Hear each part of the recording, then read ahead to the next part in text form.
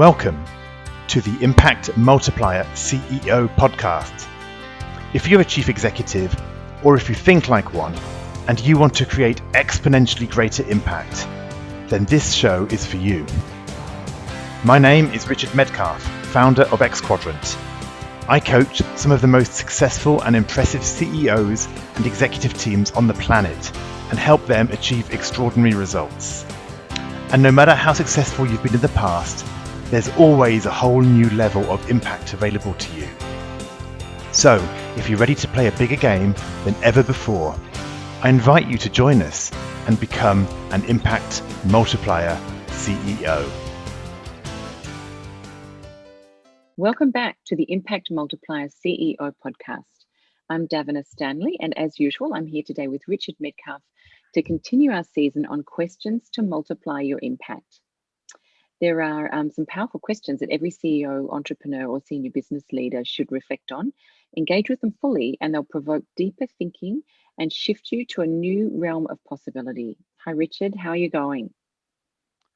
I'm doing well, thanks, Dav. How are you today? I'm good. I've been thinking quite a bit about last week's podcast on what's an 8 or less, and just how easy it is to think about what's an 8 or more. But it's a bit of a mind shift, isn't it, to think of what's 8 or less? I really enjoyed that. So I'm looking forward to today's question. I really enjoy your questions. Yeah, we're gonna take it a bit of a different way this time, because I think this question today is a little bit left field for many people. So hopefully it will provoke some insight and some thoughts.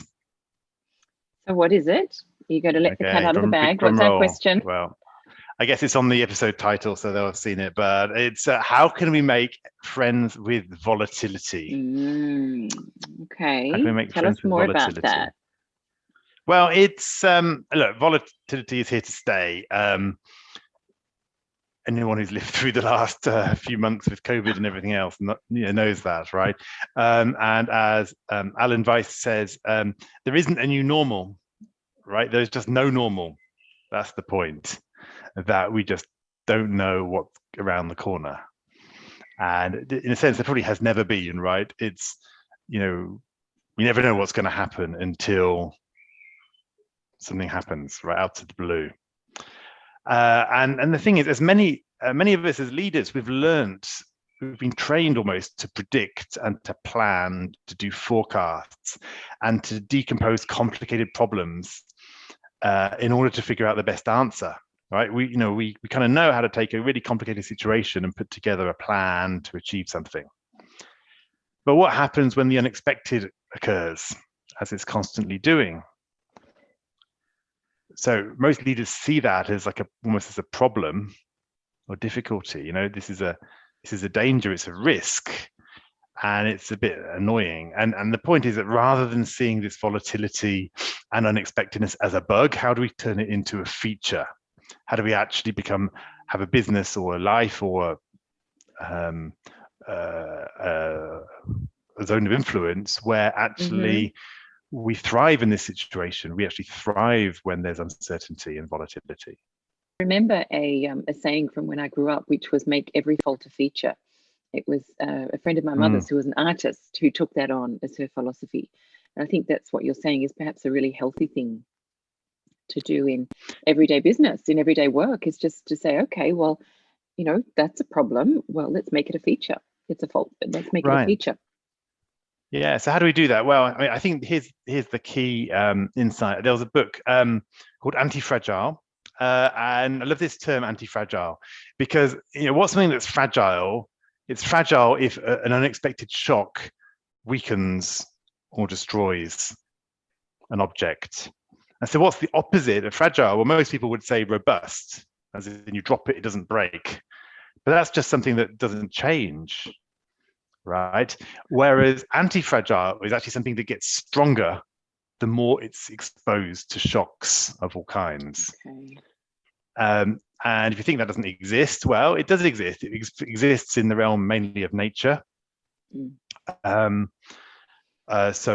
our bodies, right? If you just sit in bed, eating, fast food all day, here we go, then, your body is not going to get stronger,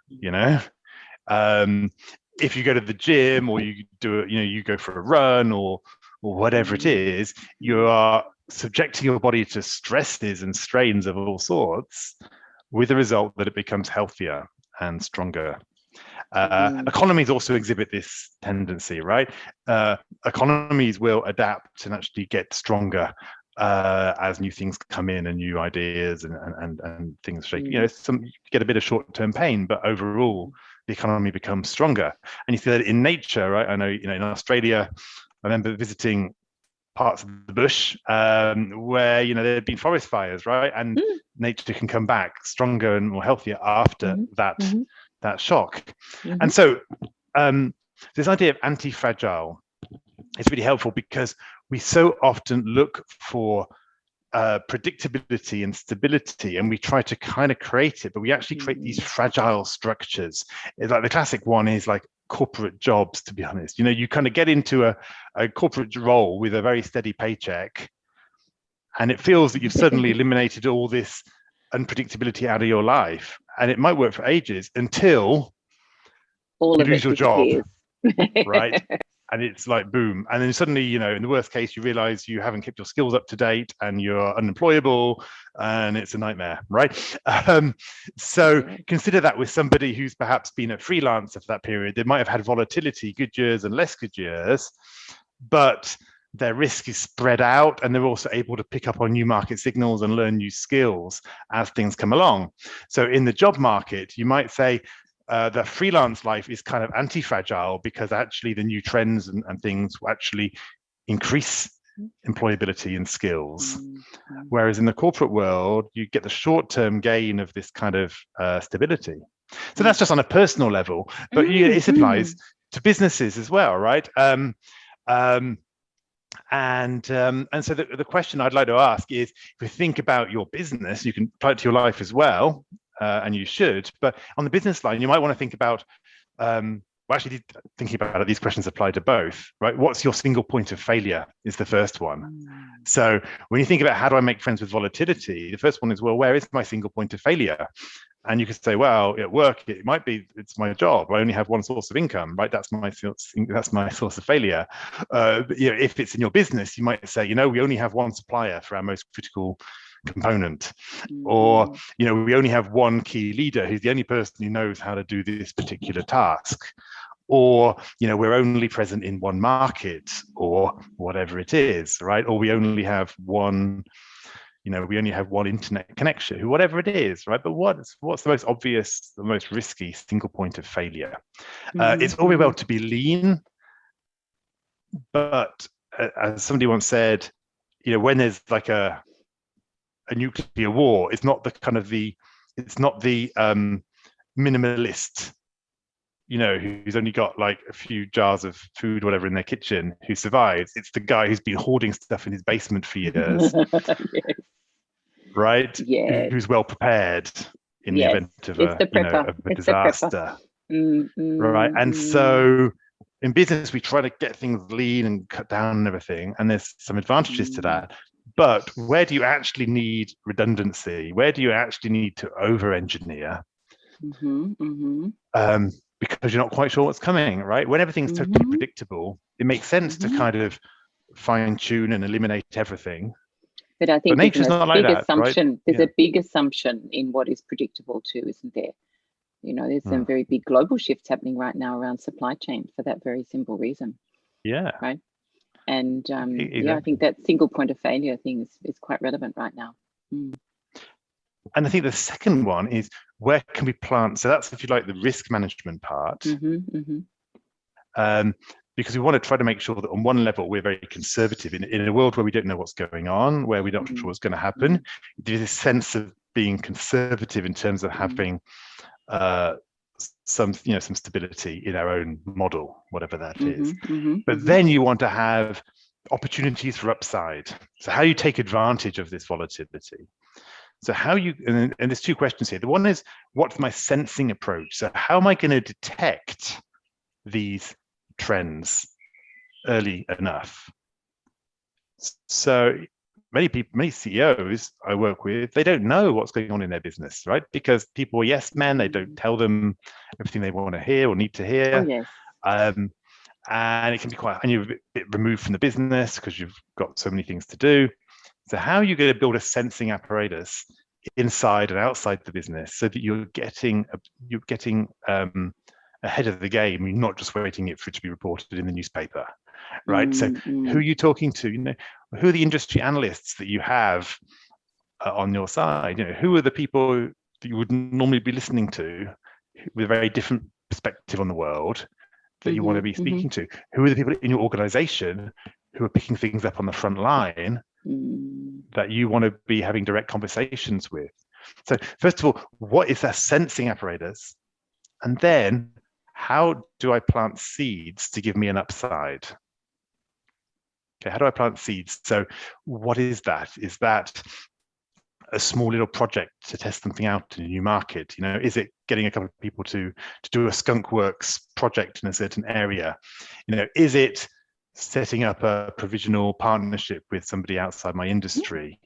It's trying to find what are those different things that we could be doing, not with a huge amount of cost, but just allows us to ride a curve if and when that curve emerges. And I think often the temptation is just to pour everything into the model that's working right now and just double down into that one model that's working. I'm always wanting to say, well, what's that? What happens if that model stops working, right? What have you got in the bag to bring out, right, out of your magic bag of tricks? So those are really the three sub-questions, if you like, to break down this question of how do I make friends with volatility. It's what's my single point of failure right now that I see? What's my sensing apparatus to detect opportunities? And then where am I planting seeds? Where am I opening myself up to opportunity? It might be as simple as going to more parties, right? And just have conversations with new people, right? That might be enough to open you up to new opportunities, new ideas. So where are you planting new seeds then? Hello, it's Richard here with a quick interlude. These conversations are all about upgrading how you think about creating impact. So here's a resource to help you do just that whilst staying fast and focused. The CEO's checklist for challenging times is a quick way to enhance your thinking and detect blind spots, even when things are moving incredibly fast and you're not sure what's going to happen next. You can get this powerful checklist of 17 world-class strategies by heading to xquadrant.com/go/challenging times checklist with a hyphen between each of those three last words. Now, back to the conversation. I think one thing I'm focusing on is building out the community part of my business right now. So, because I think that creates, so not just working with clients individually, but also creating communities of those clients, because that helps then create new conversations that perhaps weren't being had. And communities are a little way a bit more robust as well than individual relationships, right? There are more links, right? That keeps the community together than keeps a one-to-one relationship together. So I think that's one example. Another example is very candidly this podcast, right? As you know, we do seasons where the two of us get to speak, and we do other seasons where I get to speak to a whole bunch of really interesting CEOs. Some of those I've known for many years, and some of those are new people. And that's a new way. That's just one little way in which I open myself up to new people, new ideas, and new opportunities. How about you, Dav? What's this raising in your mind? How do you want to make friends with volatility? Well, the podcast again, is I think for both of us one of the relatively new things for trying new things and experimenting. For me, I'm trying a new strategy where, in fact, two new strategies in my business. One of those is to build standalone courses, little courses, rather than just having one big program, but carve out elements of it that are separate, that might be useful to the people inside my program, who everyone in the program gets access to all of them anyway. but then provide those as a standalone, smaller opportunity for people to see if that's interesting, and had a modest amount of success with that over the last week or two, just first go at that. So that's really quite exciting. So that's one thing. And another thing is to say, right, well, I'm going to offer a new pathway in my program. So at the moment, Clarity First is a self-directed learning program where I'm there to support people regularly every month and help them on their learning journey to answer questions. And they work through the program at their own pace. And we've got a structure around that, which is working really well for a lot of people. But then I'm aware that for some people, that self-direction is a little bit tough. So I thought, right, well, I'm going to offer an intensive version in September and see how that goes. And, offer 6 weekly workshops and, give people access to the material to do their pre-work and give them a chance to really smash through it if they want to. And then if they want to continue on a month-by-month basis, they can do so. Just to offer different people with a different learning style, a different sort of opportunity. So I've done something like that in the past. Yeah. But I just want to experiment with that in a new way and see how well that's received. So just looking for new ways to help people. And here's the other question on this I want to ask you is, what's your single point of failure at the moment? Oh, a single point of failure at the moment. I was thinking about that as you were talking. Well, I'd say the electricity, if today's anything to go by, because I do all of my programs online. And I didn't check the mailbox to see that there was a notification saying your power will go out for 4 hours this morning. So thankfully, I was not in the middle of a workshop when that happened. And I was able to reschedule, but I certainly, that's a really interesting challenge when the power just goes off and you're not expecting it and you're doing everything online. So it was thankfully, in the end, it was only off for about 90 minutes, but they always allow a margin of error here. They'll always tell you it's going to be worse than it is if they can. But that certainly required some creativity this morning to fix that. Well, the one I thought for myself was the one I thought for myself actually was me actually, right, in my business. It's just the state of the business, right? But obviously a lot of it does depend on me at the moment, and so I am a single point of failure in the business. That's something not something I can change overnight. No. But it's also important to think about. Well, it is. How do you manage that risk, right? It's hard because you can reschedule things too, can't you? And I've done that very occasionally, like today. Obviously, that was a slightly different cause, but I guess I've got a team, so I'm very grateful to that. I've only ever invoked that a couple of times. Another single point of failure, my voice. If I lose my voice, then that becomes really problematic. And having someone to step in is very helpful. Yeah.